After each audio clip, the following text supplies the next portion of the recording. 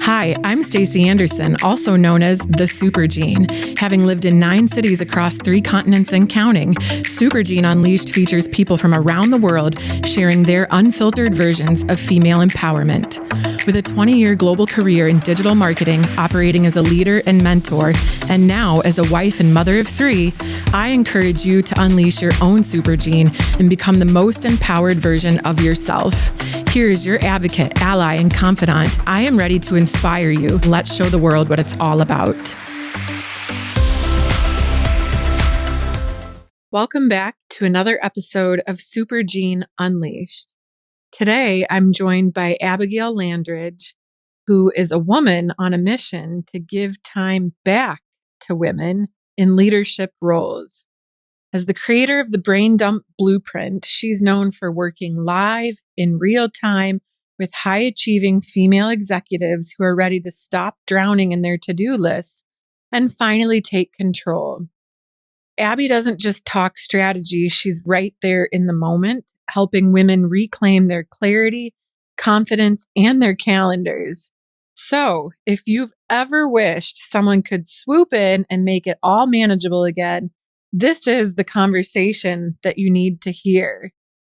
And Abigail, you described what you do as creating time for women in leadership. That's an incredibly bold statement and honestly a powerful one that certainly caught my attention. So I want to ask you, what does that actually look like day to day, and how did you arrive at that mission? Thank you for a wonderful intro. That's amazing. I was listening to that thinking, wow, she sounds really cool. Yeah, it is a bold statement, and it took me a while to happily share that because I think you really need some confidence to deliver that. And that's what I do now, basically. So I don't really hide behind it anymore. It's actually what I do. So in the day-to-day and how that actually looks like, it's about putting these women back into their own lives, basically, because quite often we all live really busy lives. And when you've got careers that are CEO, managing director level, and you've got big teams, and you've got a lot of responsibility in work, as well as people leaning on you outside of work, whether you've got a family, everyone has a personal life in some degree or another. And it's a lot, right, to show up for ourselves then. And it's us that gets pushed back down the list because there is only enough time for certain things, and we don't see ourselves as a priority. So when I say that I create that time for them,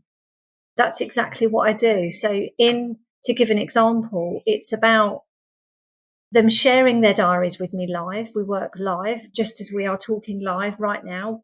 They share their diaries in the moment because I don't see the point of giving them anything else to do. They've already got lots of things to do outside of then talking to me. So we do a lot of things on the call. So any firefighting, any quick wins, any emails, any text messages, checking in with the nanny, whatever that might look like, we do it there and then because we want to clear as much as we can straight away because it gives that clarity immediately.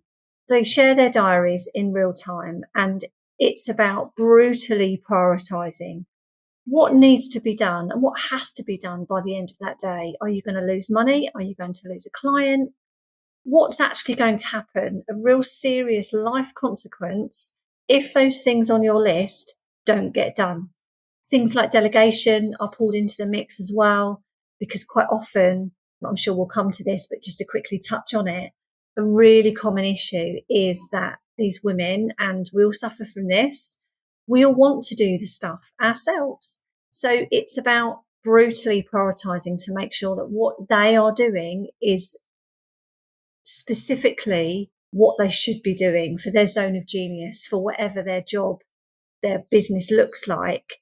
If they're a lawyer, for example, they should be doing the actual legal work that they are trained to do. Anything else, delegated, pushed out, and then I help that filter out from a sort of overall perspective. So that's kind of how it looks day to day, but it's bespoke, obviously, because it depends what that someone does, how their life is running. But it's generally just about making tweaks to how they're living already. This isn't about coming in and completely reinventing the wheel, because again, that isn't going to work. That's not going to land. That's not going to change the needle for them. They don't have time to implement anything new.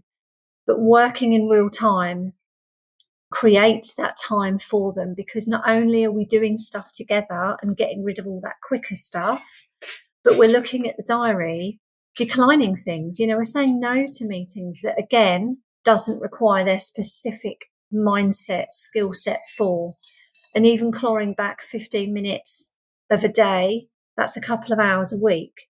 Yeah, absolutely. I mean, that sounds incredible. What actually gives you the background to be able to have that perspective, to be able to brutally prioritize? So, what is your background in order to be able to have that kind of perspective as an outsider that would be beneficial to women? Yes, so that can be a bit of a stumbling block and sometimes a little bit of an obstacle through people wanting to work with me, but then having that hesitation where they think, well, she doesn't know anything about me. She won't have context. How will she know?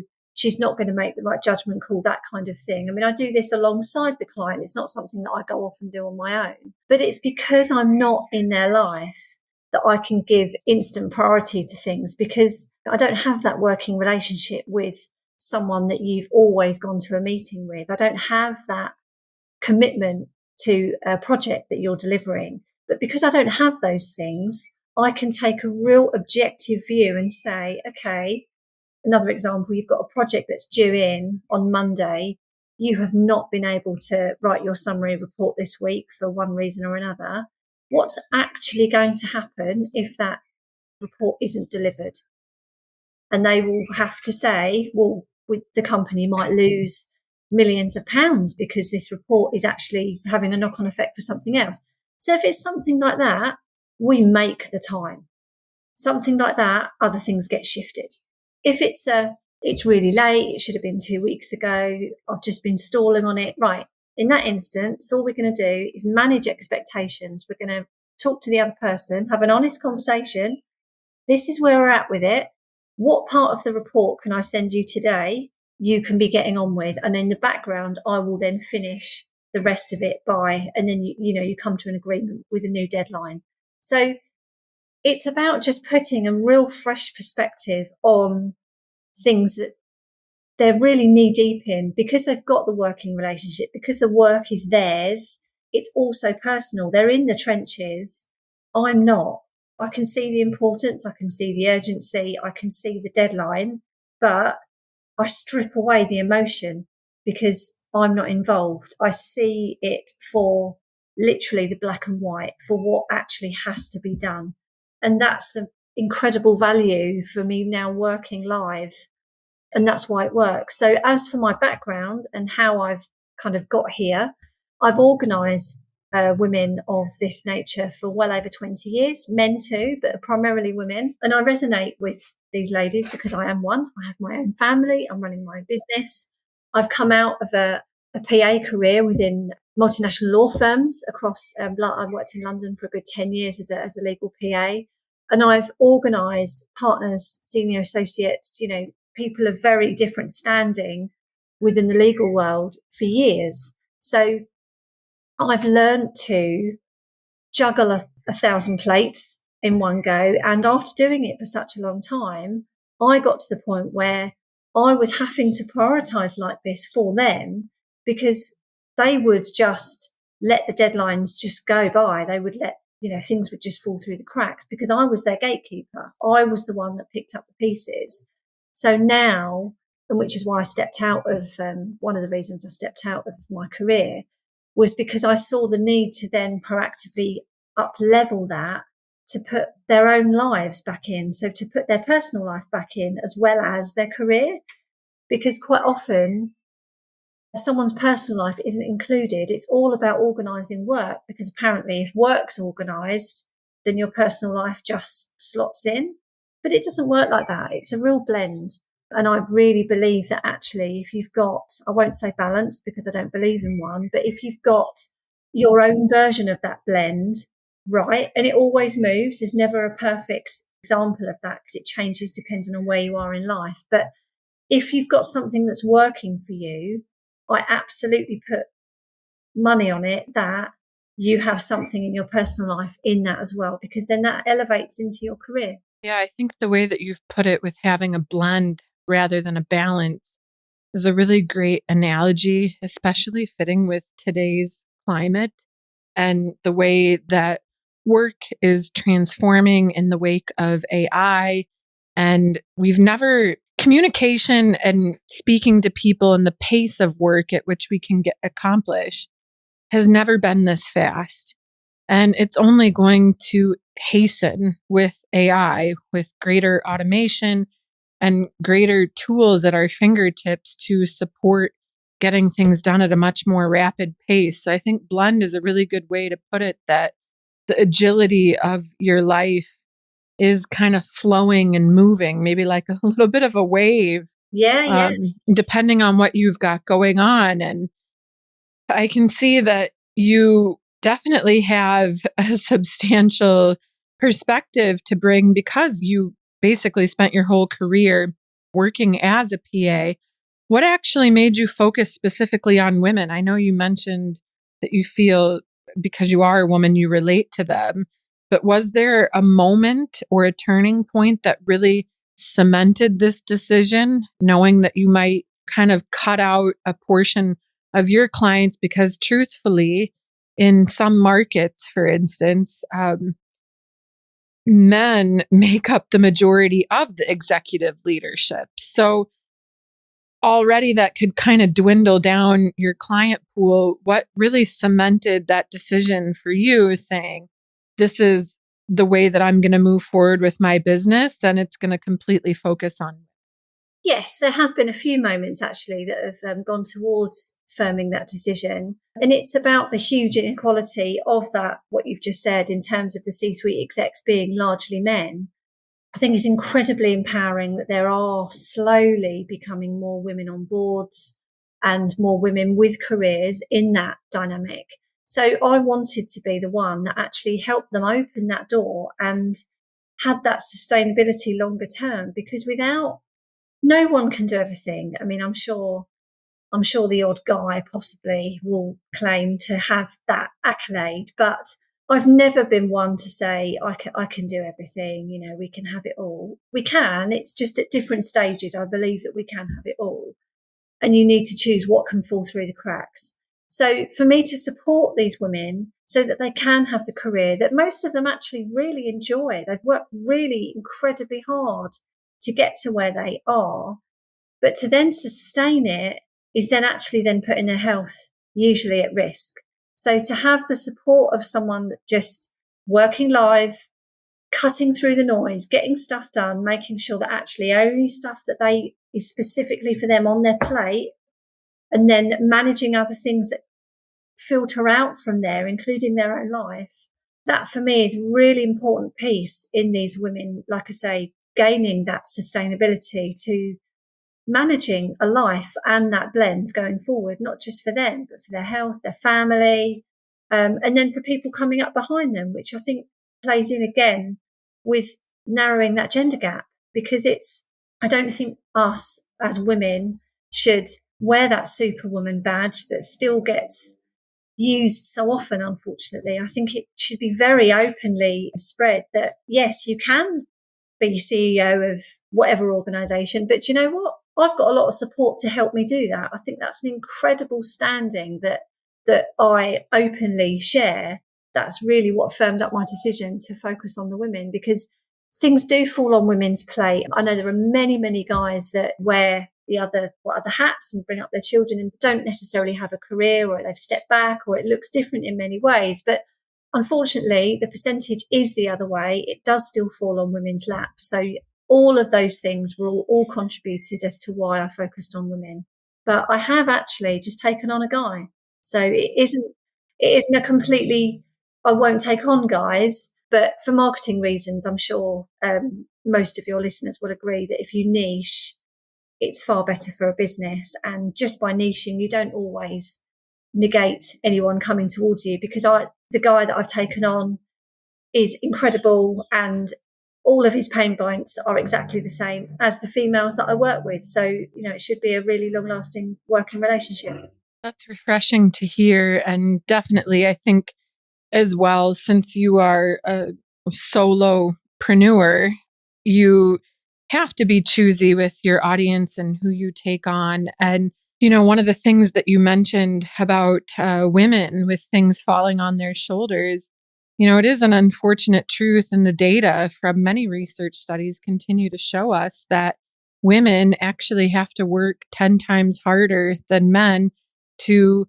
go up the ladder, to earn that promotion. And they have to showcase that they're worthy in so many more ways. So that in and of itself puts this underlying stress and pressure. And, it really can be such a burden that I can understand how your services help women see clearly when maybe the mountain of work is so high that they really can't see through on the other side. And it's maybe too overwhelming.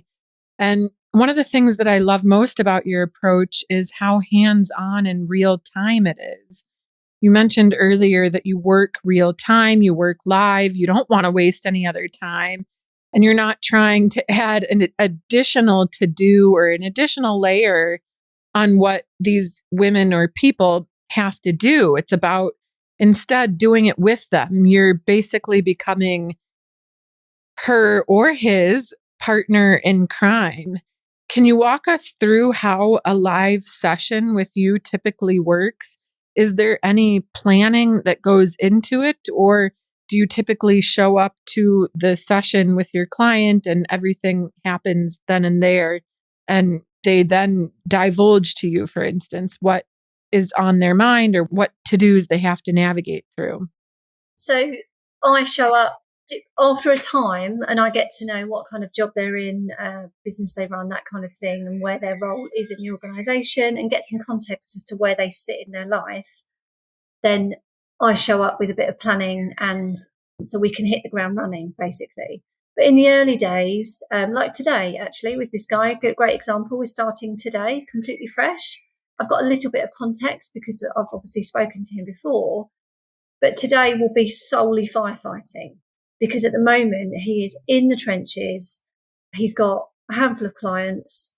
He knows where he is with them, but actually that could be far better. He feels that he could be delivering better with them, but he doesn't really know how to navigate that. So we'll be looking at that for all of the clients, because although we're going to be talking weekly, by the end of the hour call with him, I want him to come off the call knowing where he is with each of the clients, what he has to do by the end of today, again, by brutally prioritizing all of his list that he probably has.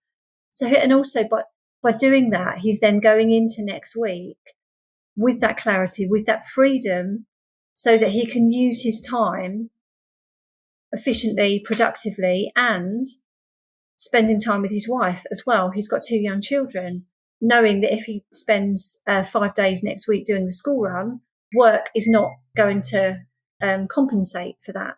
So it's putting him back in his life quickly so that it has an immediate effect to alleviate that overwhelm that he's currently suffering. So that's how it looks in the really early days, because it's just about giving them back that control so they can breathe. And then once we get to know each other, I will then say, so thinking of another client, I will then say to her, right, how did Monday go? You had loads of time free. Did you actually get anything done? So we'd assign some things, but sometimes, which again is very common, if people have a lot of time, they don't end up really doing anything because they think they've got hours. That will only take 20 minutes. And actually, by the time you get to whenever you're leaving or whenever that sort of time period finishes, they've done nothing because they're so used to working in a structured way. So even if you do have that situation, which is rare, I will still add some structure to it lightly. But for this client in particular, she was planning out the summer holidays, school holidays for her children. And I said, well, don't spend too long on it. I'd set, even things like setting your timer on your phone, 20 minutes, get it done within 20 minutes, because although you do have hours, trust me, you won't, because actually, and it was the first thing she said to me this morning, she said, you were exactly right. She said, I couldn't believe it. She said, I didn't want to I could hear almost, she heard me in her head because we've been working together for over a year now. So she knows those kind of things that I ask. And she said, I felt you move me on mentally, because she said, I'd gone over the timer. I completely ignored it. But she said, I heard you say, don't spend too long on it. And she said, I could have spent 2 hours because the time was just there, because they're used to working towards deadlines. So it can have the opposite effect when you've got loads to do. So, yeah, so once we've worked together for a while, it's more about accountability, getting the momentum and looking past the firefighting. So it's, how are we going to put you back in your life? Might be looking at goals. It's a touch of coaching. I'm not a qualified coach, but coaching definitely comes into it. So it's about, by September, as we go into Q3 and Q4, where do you want to be? Is the business really behind? Where are you, where is the business? Have you got a new team joining? Honestly, it's a huge plethora of things that we can look at once we get past the firefighting and the day-to-day. Once they have that control back, we then look at putting all the other pieces in the puzzle back together. I'm smiling inside, laughing about what you spoke about related to sometimes when you have more time, it takes you so much longer to get things done, or you put it off a little bit because you think you have all this time. I've definitely faced those situations in my own life. And I don't know, it must be something related to human nature or psychology. But I want to ask you, you keep using this phrase, brutal prioritization.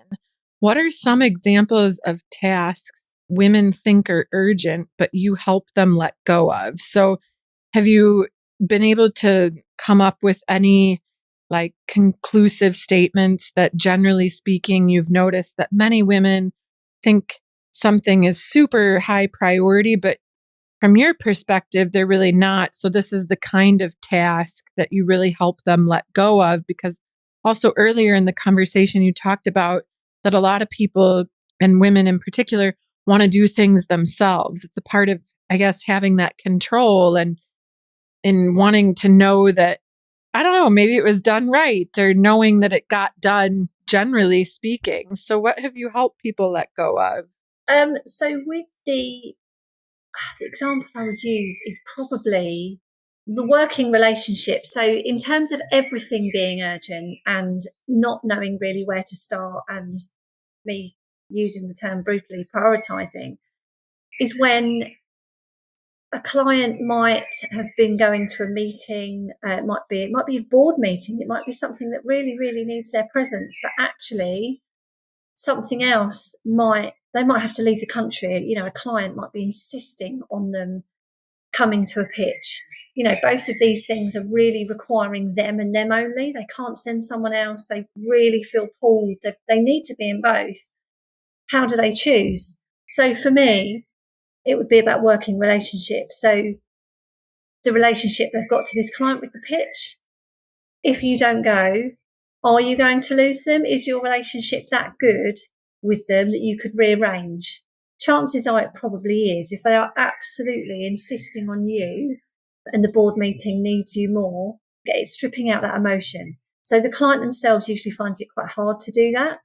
So that's then my job to ask them certain questions like the ones I've just used to help them really think, how long have I known that person?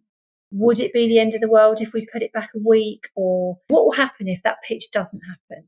Let's actually play out those scenarios, because quite often we don't do that in our head. All we're thinking about is, I need to be at the pitch. We don't then start to think, well, actually, is the project even due to start yet? Probably not. It's not something that's going to start straight away, but the client had got in their head that they wanted Stacy to travel, and they were looking forward to seeing you because you've got a really good relationship, and that's brilliant. So then it's just about managing those expectations, again, honest conversations, and just trying to move it and just saying, look, I would not ask if it was really, really imperative that we moved it, but assuring them that you can go just on a different day. And, how would that look like for them? Try and accommodate their suggestions for a new day. So that's how I brutally prioritize with them, because usually with something like that, clients find that really, really tricky, because obviously on a board meeting, they have to be there, especially when they're C-suite exec level. But if they've got a great working relationship with long-standing clients, etc., they also feel incredibly pulled financially for the business, and they don't know how to tackle that, how to open that conversation. Sometimes I'll draft emails for clients as well. Again, it's not knowing where to start. So it's about opening that door to things that they haven't really had to deal with before. And then in terms of letting go of things, I would be looking at their team. Who have they got around them? In order for them to let go of things, they need to have certain support around them, that trust, that autonomy in the people around them that can do things either not as well as them, but just they're happy that it's instead of them. Because sometimes our team around us, and actually our team should be the sheer opposite of us. We want other people to be duplicates of us, but actually we've all got our own strengths and weaknesses. And if we had lots of clones of us, then loads of stuff would never get done. Because if I had loads of people of me, no accounting would ever get done, or any, certain type of thing, because I avoid that stuff because I don't like it. I'm not great numerically. I'm far better in the trenches, problem solving, as we go. That's me. So for me to have a team should be the polar opposite of me. So it's looking at their team. How does that work? Delegation, we need to look at all of that, and that doesn't take a long time. But I don't just ask them to let go of things straight away, because again, it's not realistic. And if they're not already doing that, I can't expect them to do that within a really short amount of time. The whole point of working with me is to build long-term sustainable habits and ways of working, systems, everything, the softer skills as well as systems within their businesses. Because once I step away from them, I want them to carry on. I don't want it all to fall apart. So in essence, I've actually built a business model that works without me in longer term. But that's the hole that I saw that I wanted to fill as a business owner, and that's what I do now. So I'd say working with me, the life cycle is probably around 6 months, sometimes longer, sometimes shorter, but primarily it's around 6 months that I can usually get someone from, I don't know where to start. I just don't know where to start. I've been living like this for years, to actually, I can actually see how this is working. And I've actually started doing some of this stuff on my own, because that is breakthrough stuff for me. And it's just amazing when we get there. So it's usually around 6 months. You gave two really great examples. The first example was about really making sure, like, for instance, that brutal prioritization in the context of women having obligations that conflict with each other, and being able to comfortably face a client or a business partner and ask, can the meeting be moved? It's so simple, yet I definitely empathize with women in leadership positions who have often not felt like they could challenge the date or come back. Because the thing is I've been in that position, and I definitely have felt an immediate defense in my body. Like you feel the emotions in your body. It's a physical response. And when you receive that message and you know that it's completely conflicting, you're not able to be in two places at once, the travel dates just don't suit you, it almost can kind of consume you. So you don't think clearly that, hey, you know what, I could actually come back. Or how, weighing the client relationship, as you said, and really thinking about, is this something that's really going to tear down, let's say, an 8-year partnership?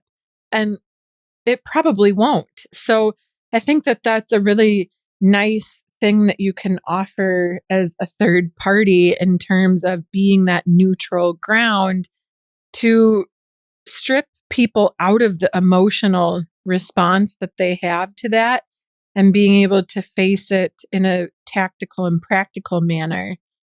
And then the other thing that you talked about with having the ability to delegate, but more importantly, having the right team around you.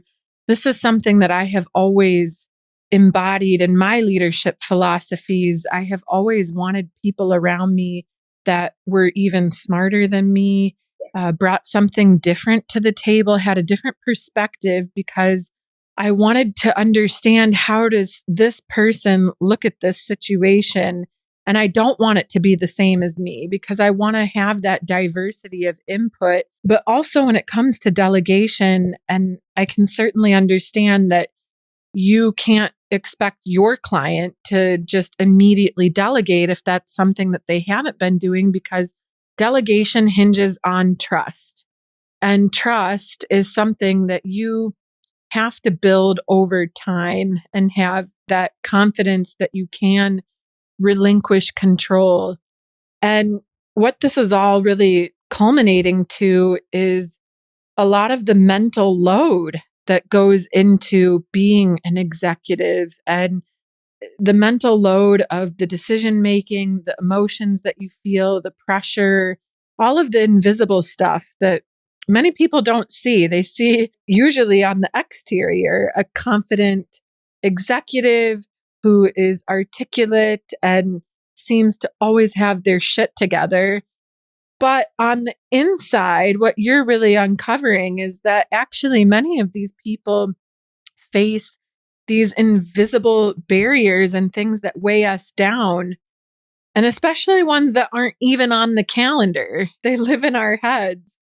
So, what are some of the silent burdens or mental loads you see high powered women carrying that affect their performance and, more importantly, their peace? And how do you help them kind of shake that pressure to conform to productivity trends that weren't really built with them in mind? So I'd say this actually ties in with bringing their personal life in. So this isn't about going to a Zumba class or something like that, mid at 3 o'clock in the afternoon or something. But I find that once we get something in our personal life, once we've got something for us, in whatever way that looks like, at running, yoga, picking up that book that you've been looking at for ages, having something for you that isn't related to anyone else, work, children, nothing, you show up to meetings, to life quite different, because you are replenishing. It's like, I use actually myself in this example with the sun. And I know that you're in a very hot country, but as I'm in the UK and we don't get to see the sun that often, it's a gorgeous day today. So, and this weather for me literally recharges me. It's literally like plugging me back in. And every now and again, I just need to be left in the sun like a lizard to just recharge. That's my thing. I mean, I am a runner as well, but once I've had an hour or something just to kind of be outside in the sun, just chilling out in the sun, everyone around me benefits, my clients, my family, everybody. That's what I do for me. And I know that that makes a huge difference to me. So it's about, some women don't even really know what their thing is, because they've been so driven and so working long hours for such a long time. They've got a new identity pretty much. So it's about carving out very small snippets of time for them to reestablish them. It's about going for walks. It's about meeting their girlfriends for a coffee or something really simple, if you like, but just about them spending time with them in their head, just to go, I've not noticed that before, or, just talking to their girlfriends again about their lives as opposed to what's going on in their life. It's once that hole starts to get plugged, if you like, you start to have a real knock-on effect with work, because showing up to meetings, showing up to really difficult situations, going for non-exec roles, starting to step outside of the normal role that they do, starts to become easier, because they're doing stuff out of their comfort zone, because something else has just been working. They're given that extra boost of confidence because they know who they are. Does that make sense? Absolutely. I think it's very important for one to maintain a sense of self. And one thing that I've discovered as I continue to grow older is that you need to be fulfilled in your own self, that there's nobody else out there, and certainly no thing or object that can make you feel whole. It's about identifying what your purpose is and what helps you feel the energy and, gives you that boost, as you said, recharges your batteries to be able to authentically be you. And I think it's very true that it can be difficult for women in high powered positions to maintain that time for themselves because often, again, they feel the pressure of having to perform and they more often than not, as you said, put their health on the back burner, put everything related to themselves on the back burner. So it is encouraging that you are acknowledging that these women should be incorporating something that makes them feel whole, that their whole life shouldn't be 100% work. And when you're looking at who you're working with, I mean, these women sound superhuman. I mean, they have their own super gene, right? They're strong, accomplished, in control.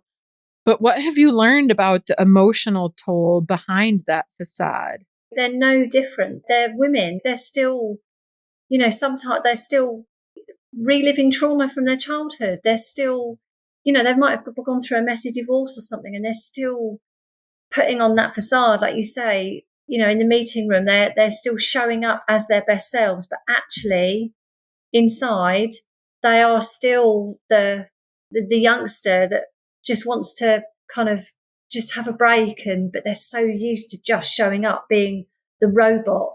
There's an end to that. There is an end to that, and it doesn't always end very nicely. So it's giving them that outlet to use me as a sounding board, as a complete confidant, because everything obviously that we speak about stays between us, and seeing where it comes from. And I am no therapist at all, but stuff comes up when they usually work in male heavy industries, in boardrooms. So they're aware that they need to be of a certain confident level, and they're just always second guessing themselves. Imposter syndrome is huge. So sometimes it's about, do you know what? Right now, we're going to do 10 minutes. We'll look at everything you've achieved in the last year. So one of my clients has got their mid-year review coming up, actually, a good example. And she's saying, I don't feel adequate for asking for a bonus or anything. So I just said, look, bring up your calendar.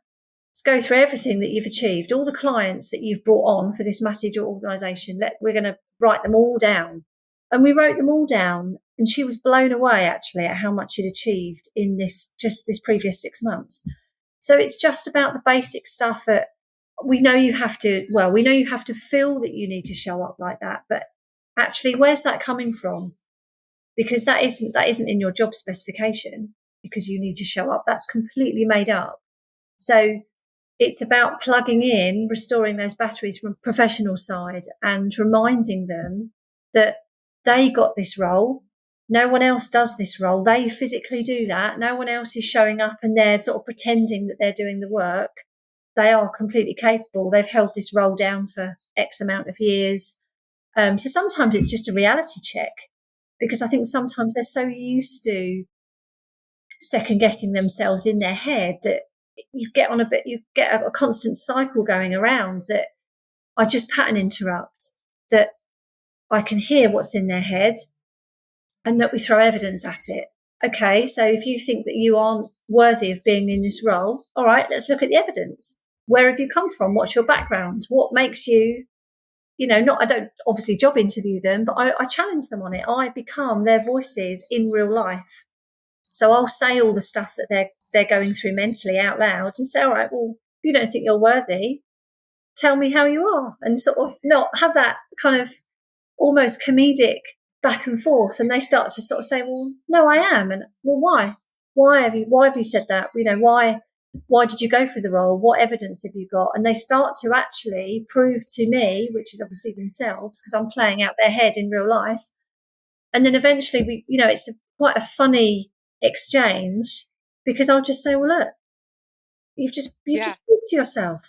You're basically a mirror for your clients, and it can be a vicious cycle. And I know you said you're no therapist, but certainly it sounds like it can almost be a very therapeutic release for them to be able to offload these thoughts that are coming into their mind. And one of the practices that I actually try to instill with myself and with my team is to maintain just a simple running list of your accomplishments, because definitely when it can come time to a mid-year review or even a full year review, you forget so much of what has happened. So I actually like to make it as a monthly practice where at the start of each month, take 10 minutes and reflect back on the previous month and just make a note down. What are some of the projects that you did? And if you started a project and it's still ongoing, just write it down too and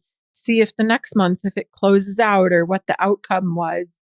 And it's very helpful for keeping these things in track because we do often forget. I want to know, have you ever had a time though where you wanted to tell a client something, but you chose to hold back? And if so, what do you wish more women at the top would hear or believe about themselves? Because you just mentioned so much about imposter syndrome and really bringing to light the reality that although many of us might think that these people are incredibly confident, that they are human at the end of the day and they do second guess themselves. But because you've been on the receiving end of that, what do you wish women could hear or believe that maybe would take some of that away from in terms of the negative self-talk that they have in their head? I think, I mean, thinking of one particular example, I think the confidence they have in their professional life, sometimes it can be frustrating, but I understand completely why they don't always show up as confidently in their personal lives. So one particular lady who isn't a client anymore, but she was, needed to split from her husband. It wasn't going well. And because there was so much animosity and sort of lots of bumpy times, that started to eke into her professional life, as it would. But I couldn't say to her, just leave him, because that isn't my decision to make. I could see it coming, and there were lots of different issues that were really overlapping. And, you know, over time, it was just more and more and more. And her career and her work and how she was showing up and everything was really, really taking a hit. And she just kept putting it off. It'll be fine, and all those kind of things. But actually, if she'd have used the same, if that bigger issue was in her work life, she would have absolutely annihilated it. She was fantastic at decision making, brilliant at her role, but she just couldn't or wouldn't get to that stage in her personal life. She got there in the end, but it took years. It took years. So that was frustrating. But like I say, completely understandably, because it was her husband, and, you know, they'd been together for a long time. But should she have used the same amount of confidence and self-talk from her work life in her personal life, she would have moved away from it. It would have been better for them both in the long term, because it wouldn't have lasted as long. But so that kind of thing happens, not very often. But that, yeah. So, and that obviously wasn't my call to make, or even really sharing. Oh, for sure.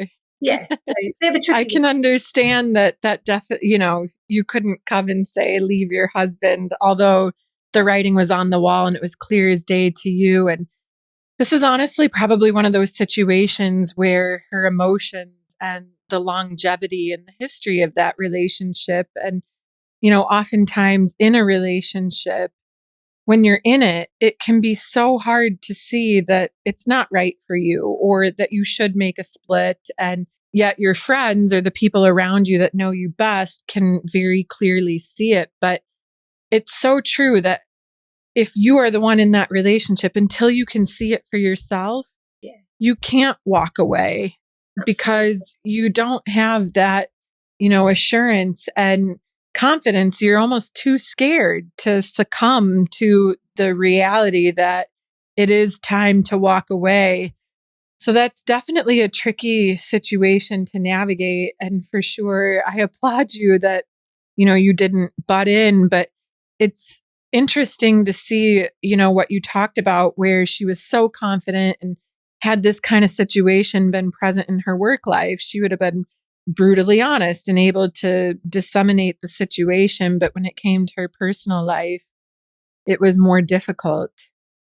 That has to be challenging when you face those moments, because obviously it makes your work more personal and it brings a bit of a human element, and it's not just all about the work. You're really actually forming this deeper Mm. connection with your clients. Yeah. And, It goes you in, know, it's a blend. It is a blend. yeah, That's a great yeah, example of how exactly. personal life has a massive effect on our work life. Yeah. Yeah, exactly. It really does show how the two are interchangeable, as you said. But what I wanted to ask you as a result of this, because there is a bit of personal coming into the professional realm that you're dealing with, what's something unexpected or powerful that you have learned from the women that you've worked with that's maybe changed you personally or professionally? So I've learned through working with a myriad of women and a couple of guys that pushing doesn't always keep momentum going or give the results you want. So I think naturally as humans, when we're working on a project or we think of working hard, we think long hours, we think head down. Productivity means sitting at our desk, doing work in whatever way that, in whatever context that looks. But actually, I found that recharging ourselves, like me being in the sun for however long, has actually got momentum better for me and has given me better results, because since I've started plugging myself in more over the last couple of years, I've my business has done better because I've been showing up better as myself, because I'm looked after. I've put myself back in my own life again, which is, obviously why I now deliver this as a business. So it's that element, I would say, that I've learn to put in practice and make time for, because I know how important it is. Because quite often, when we start to take time for ourselves, however that might look like, we immediately feel guilt. It doesn't feel productive. We wonder what the hell we're doing, because there's loads of other things that we could definitely do instead of that. But hanging on to that and just doing it anyway, making it a habit, will always give you better results in anything what you're doing. Because although you don't think you have enough time, you can always create time for yourself, because you can do it in so many different ways. And that comes back to me saying that I create time for these women because I know the importance of putting them or me back into my own life. And so that, I would say, is my biggest takeaway. I love that. I can completely relate, because for instance, my recharge of the batteries is working out. I really enjoy first thing in the morning, right when I wake up, doing some kind of movement. It wakes me up. It makes me feel good. It gives me my energy hit for the day, and I show up much better. And on the days where I don't, I'm unable to do that, I definitely feel more sluggish. I don't necessarily think as clearly. And as you say, you aren't, able to maximize the output that you could give within that time. I really have so much enjoyed this conversation. I think it's incredibly powerful what you are, on a mission to serve for women. One final question I have before we close is for the woman that's listening right now who feels completely maxed out, unfocused, or like she's totally slipping behind and cannot get a grip. What's the first thing that you'd want her to hear from you? So, yes, and that's usually a great starting point for me. Music to my ears, not so much to theirs. Um, that's where my brain dump came from. So, you mentioned in my intro at the beginning, when everything is just noisy, busy, just overwhelming, where do you begin? It's a really good question. And that's the brain dump. So that's about literally spilling out everything from your head onto paper in no order. So again, because we're working with C-suite execs and people that are used to working in order with structure, I'm now telling you to completely bin that idea. I want you to just go completely freestyle, get it all out on paper. So I do have a free template that you can use to do this, because I do add some structure, because I know the common obstacles that you ladies do face. So I've given you some structure. I basically separate the main areas of our lives: travel, work, family, different areas of our life so that you can split it and see some kind of order. But just brain vomit all of it out. You will be absolutely amazed at what's in your head.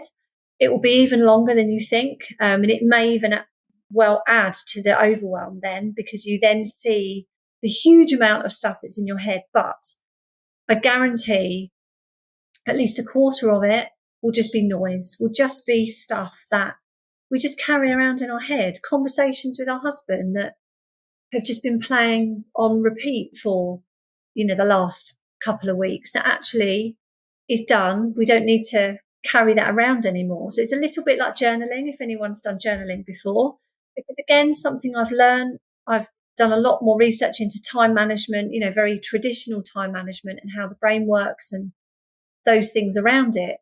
Our brains don't have any idea of time or perception of time at all. By us saying we need to do something by Friday at lunchtime means absolutely zero to our brain, because it's just completely alien. So by putting this extra pressure on ourselves, all our brain hears is we've got to get that done, which is why then obviously me pulling the emotional out of it helps brutally prioritize. But by brain dumping everything out, you can then strip all the noise. So strip everything out that doesn't mean anything. And then you can put actual deadlines in, lifting it off into your diary. Where's the stuff that actually has to get done? And then that's when you try and remove the emotion, working relationships, all those things that we've discussed. And then you will have stuff left on there. Of course you will. But the stuff you'll have left on there is stuff that can be done over a longer period of time. That can be stuff that might be able to be delegated. It might be things in your personal life. It might be quick fire personal errands that you've done at a weekend. You can start to pull things out of it that actually matter, that do have to get done. But by the sheer process of alleviating your brain, of carrying it all round, is really therapeutic. I did have one particular person say, I'll put that on my to-do list to do a brain dump. And I said, no, don't do that. That's completely defeating the object, because you're then making it a job. If you're finding it hard to even do the brain dump, and, I'm talking 20 minutes, it doesn't have to take hours. Give yourself a, timer, put a 20-minute timer on. What can you get out of your head in 20 minutes? That will still really, really benefit you. If you want to do it over a longer period of time, have a pad next to your laptop wherever you work and just throw things at it through the day. And you can do it over a longer period of time. But as long as you're extracting the stuff out of your head, that's where I'd start. And that's where I tell everyone to start, whether they work with me or not. I really love that. And I can envision the alleviation of the mental load from one's brain when they go through this exercise. Thank you so much for your honesty and, really being completely open with everything that you do. If listeners want to find out more about your work or book a session with you, where should they go? I'm really active on LinkedIn, so you can find me on LinkedIn, Abigail Langridge. I can put contact details in your show notes, Stacy, but I'd say LinkedIn's probably the best place to come and find me. Great. Thank you so much for joining today. Thank you. Thank you so much for tuning in today, and I hope you feel empowered from the episode. You can connect with me at supergeneunleashed.com and on Instagram at supergeneunleashed. Please share your thoughts, and I look forward to connecting with you. And until next time, keep on shining and showing the world your super gene.